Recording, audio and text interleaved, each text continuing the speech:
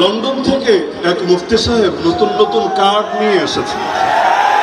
এই কার্ড সেই কার্ড, প্রতিদিন নতুন নতুন কার্ডের গল্প শোনাচ্ছেন। যখন প্রশ্ন করা হয় আচ্ছা কার্ড দিবেন ভালো কথা, কোথাও বলছে 2000, কোথাও 2500, কোথাও 5000 পর্যন্ত। আজকে কক্সবাজারে বিভিন্ন এলাকায় গিয়ে শুনলাম তো কার্ডের টাকা আসবে কোত্থেকে? কিডনি বেচে দিবেন না রক্ত বেচে দিবেন? আজও পর্যন্ত পারছে না সুস্পষ্ট কোনো ব্যাখ্যা দিতে। পারবে কিভাবে? এটার জন্য ন্যূনতম পড়ালেখা তো লাগে। এক ইন্টার পাসের বিদ্যা দিয়ে আর কয়টা জবাব দিবে? মহেশখালীর মাটি জামাত ইসলামের ঘাঁটি। আমাদের হামিদুর রহমান আজাদ ভাই এখন তো শুধুমাত্র জামাতের ইসলামের প্রার্থী নন, তিনি এখন ঐক্যবদ্ধ বাংলাদেশের প্রার্থী। কারাগারে গিয়েছিল যারা, আজ ঐক্যবদ্ধ আছে তারা। বিগত সময়ে যাদের কারাগারে যাওয়া লাগে নাই, কোনো জুলুম সইতে হয় নাই, সেই মানুষগুলো আজ ঐক্যও নাই। যারা আজ ঐক্যে আছে সেই ঐক্যবদ্ধ বাংলাদেশের পক্ষ থেকে তিনি শুধু সাধারণ প্রার্থী নন, বরং আমিরে জামাতে সেই মহেশখালীতে যাকে আগামী দিনের মন্ত্রী বলে ঘোষণা দিয়েছেন তিনি হলেন সেই হামিদুর রহমান আজাদ। আমরা ইনশাআল্লাহ আশাবাদী এবার হামিদুর রহমান আজাদ ভাইয়ের বিজয় কেউ ঠেকাতে পারবে না ইনশাআল্লাহ। দ্বিতীয় বিষয় হল, এখন জামাত ইসলামী বিজয়টাকে একদম নিকটে দেখে কিছু মানুষের রাতের ঘুম হারাম হয়ে গিয়েছে। বিভিন্ন প্রোপাগান্ডা চালিয়ে মিথ্যা মিথ্যা অপবাদ দিয়ে জামাত ইসলামীকে দমিয়ে দেওয়ার চেষ্টা করা হচ্ছে। আমরা দেখতে পাচ্ছি নতুন করে কেউ কেউ মুক্তিযুদ্ধের কার্ডও খেলতে শুরু করে দিয়েছে। আরে একটা অস্ত্র কয়বার ব্যবহার করা যায়? যখন অস্ত্র ভোতা হয়ে যায় সেটা নতুন ভাবে ব্যবহার করে কোনো লাভ হয় না। দীর্ঘ প্রায় 1.5 যুগ যখন জামাতের সঙ্গে জোট করে থেকেছো, তখন তোমাদের এই মুক্তিযুদ্ধের কার্ডের কথা মনে পড়ে নাই?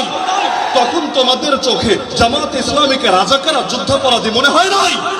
এমনকি জামাতের কাঁধে ভর করে 2001 থেকে 2006 যখন ক্ষমতার গদিতে বসে থেকেছো, তখন মনে হয় নাই যে এই মানুষগুলো রাজাকার, এই মানুষগুলো যুদ্ধাপরাধী?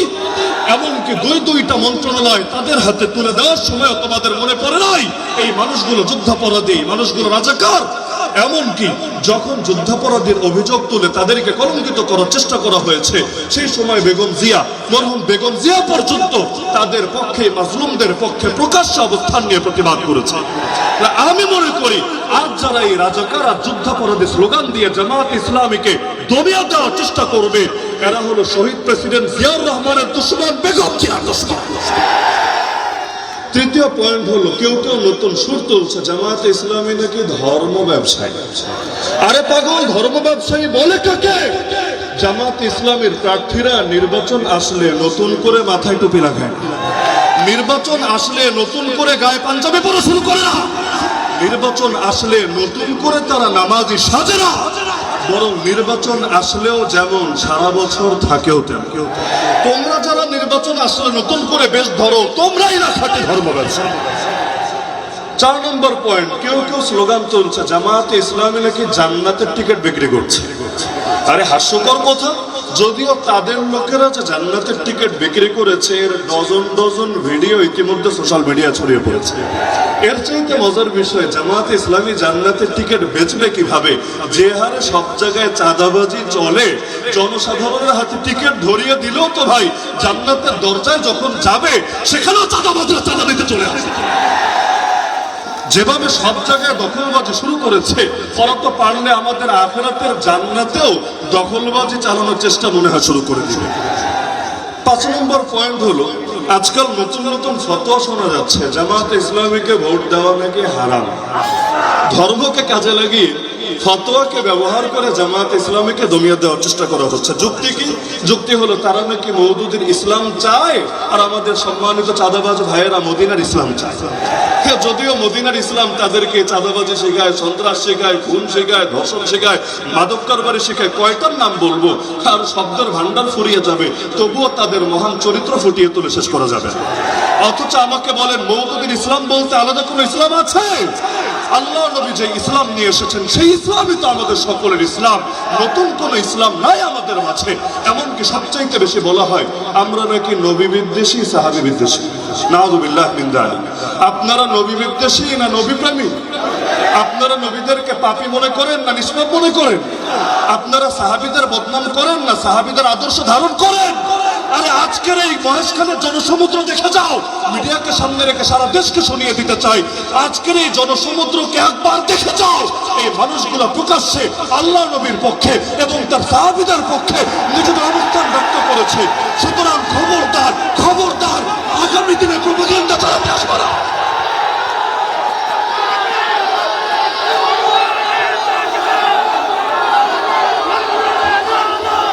সময় কম, ষষ্ঠ পয়েন্ট, লন্ডন থেকে এক মুফতি সাহেব নতুন নতুন কার্ড নিয়ে এসেছে। এই কার্ড সেই কার্ড, প্রতিদিন নতুন নতুন কার্ডের গল্প শোনাচ্ছেন। যখন প্রশ্ন করা হয় আচ্ছা কার্ড দিবেন, ভালো কথা, কোথাও বলছে 2000, কোথাও 2500, কোথাও 5000 পর্যন্ত। আজকে কক্সবাজারে বিভিন্ন এলাকায় গিয়ে শুনলাম, তো কার্ডের টাকা আসবে কোত্থেকে? কিডনি বেচে দিবেন না রক্ত বেচে দিবেন? আজও পর্যন্ত পারছে না সুস্পষ্ট কোনো ব্যাখ্যা দিতে। পারবে কিভাবে? এটার জন্য ন্যূনতম পড়ালেখা তো লাগে। এক ইন্টার পাসের বিদ্যা দিয়ে আর কয়টা জবাব দিবে? এমনকি যদি বলেও ব্যাংক থেকে টাকা ছাপিয়ে ছাপিয়ে কার্ডের টাকার ব্যবস্থা করবে। আর যখন এভাবে টাকা ছাপাতে শুরু করবেন, প্রতিটা জিনিসের দাম যখন আকাশ ছোঁয়া হবে, বাজারে মূল্যস্ফীতি হবে, ওই সময় আপনার কার্ড দিয়ে আমাদের কোন ফায়দাটা হবে? ওই বাংলায় একটা প্রবাদ আছে, ভিক্ষা লাগবে না কুত্তা সামলা। তখন তো জনগণ বলবে আরে তোদের কার্ড লাগবে না, দ্রব্যমূল্য সামলা।